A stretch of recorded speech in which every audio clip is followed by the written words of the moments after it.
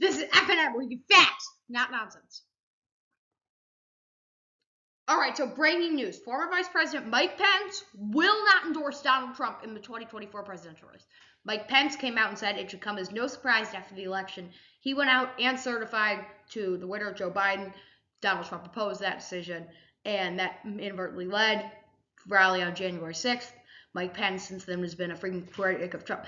And let's get this straight. Mike Pence is still a hardline, ruby red, conservative, red meat, blah, blah, blah.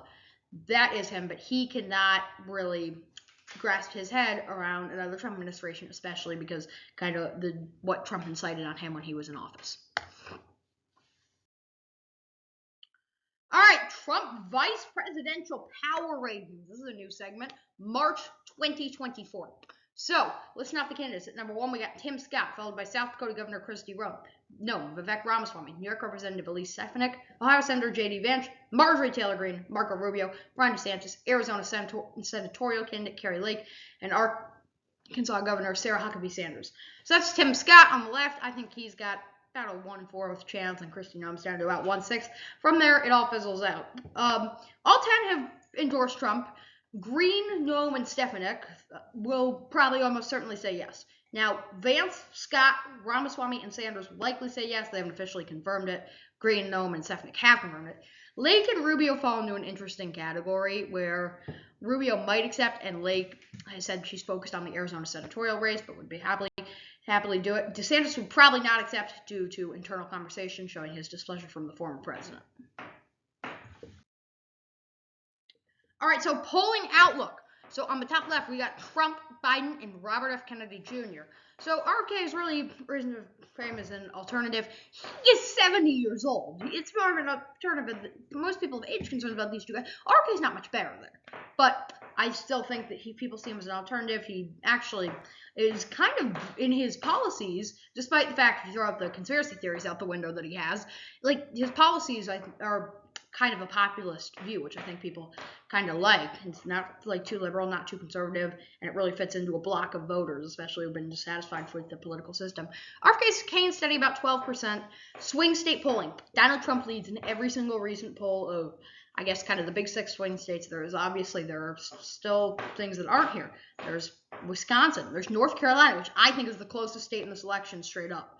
But this is really interesting to see how much Trump's dominating. But Joe Biden's approval rating has drastically improved since the State of the Union. State of the Union was on March 7th, right?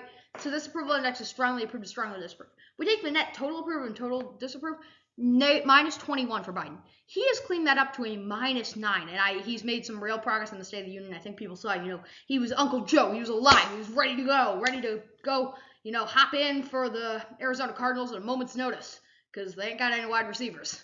But, yeah. So he really does feel, I think that has definitely helped people get behind him.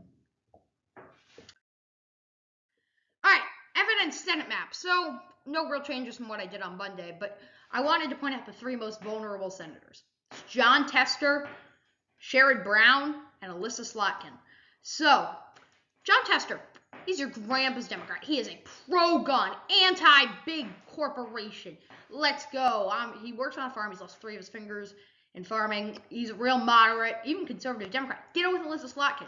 They're kind of making the case. We are Montanans. I am a Michigander. We know how to do this. Sherrod Brown, and they're both in close races. Sherrod Brown, on the other hand, he's been around Ohio politics forever. He's been a deliverer for Ohioans. That's how he feels like he's going to play this off. So that's kind of how each of them are. And personally, I lean towards all of them staying up, but these are all real toss-ups in the air for all these races. All right, and finally, Donald Trump's legal updates. So Trump's Manhattan hush money trial was delayed a month until mid-April. This was after technically reviewing records. Now, this is because I got a comment on this in relation to a confusion yesterday. This is about falsifying records about payments. And the other news, Atlanta District Attorney, or Fulton County, I guess, Fani Willis is permitted to stay on a Trump election interfering case in Georgia, where he infamously asked Secretary of State Brad Raffensperger, I need 11,780 votes. Fannie Willis was considered to be taken off after a relationship with the lead prosecutor, Nathan Wade, who stepped down on Friday. And for your stocks, the Dow was down half a point, or 190.89. Nasdaq was down almost a full percent, or 155.36, and the S&P was down 33.39, or about 13/20ths of a percent. This has been FNN, where you get facts, not nonsense. Thank you for watching.